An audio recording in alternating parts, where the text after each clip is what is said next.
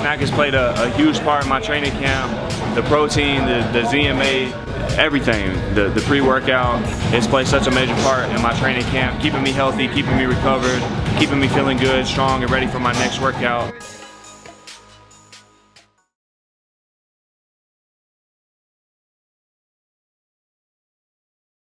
Canelo back out quickly against Avni Yildirim, obviously a huge favourite.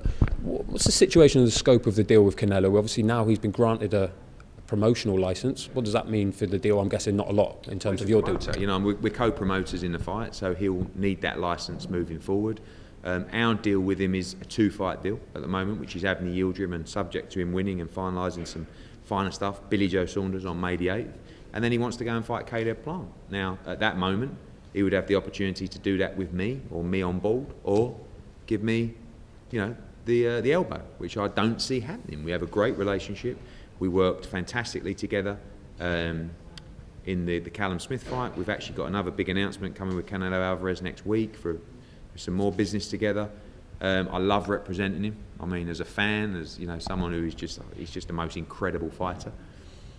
Next 2 weeks, I'm promoting Canelo Alvarez at the home of the Miami Dolphins. I mean, you know, I can't believe it. So again, not to sound like a fanboy, it's a massive opportunity for us. And when we sit there and we say, you know, we promote Anthony Joshua, we promote Canelo Alvarez, that puts us in a great global position with the 2 biggest stars in the sport. So we continue to do a great job for him. It's brilliant that he's active. You know, Callum Smith and Billy Joe Saunders with another mandatory wedged in the middle. Fantastic. And, you know, Billy Joe will be there on Feb 27, which will be lively.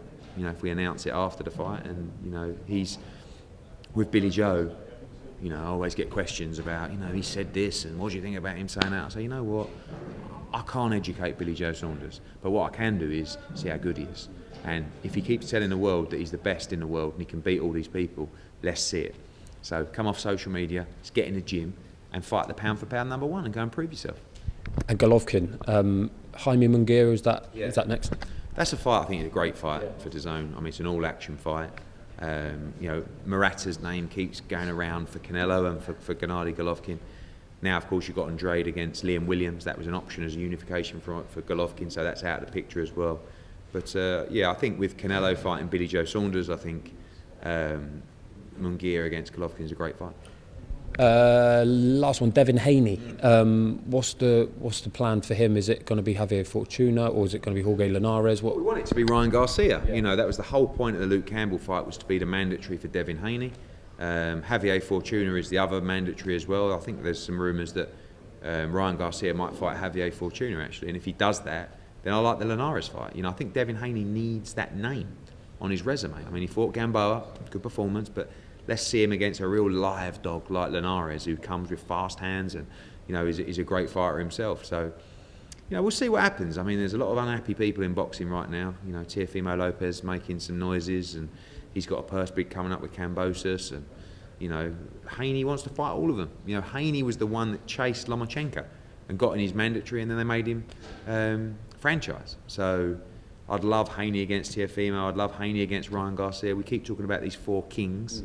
They've got a lot of work to do to follow in those footsteps, but that only happens if they fight each other, and they continue to fight each other. So fingers crossed we'll make that happen. I think it was Robert Diaz or Eric Gomez said yesterday on Twitter that Jorge Linares is 4-0 up against you. Yeah, it's true. It is true. Anthony Crolla twice, Kevin Mitchell, and Luke Campbell. Yeah. But this time I'll go in with a favourite. Thank you so much for watching this video, and make sure to subscribe for more videos of your favorite fighters over here on Fight Hub TV, and give us a follow online as well at Fight Hub TV on Twitter and on Instagram. We appreciate it, guys.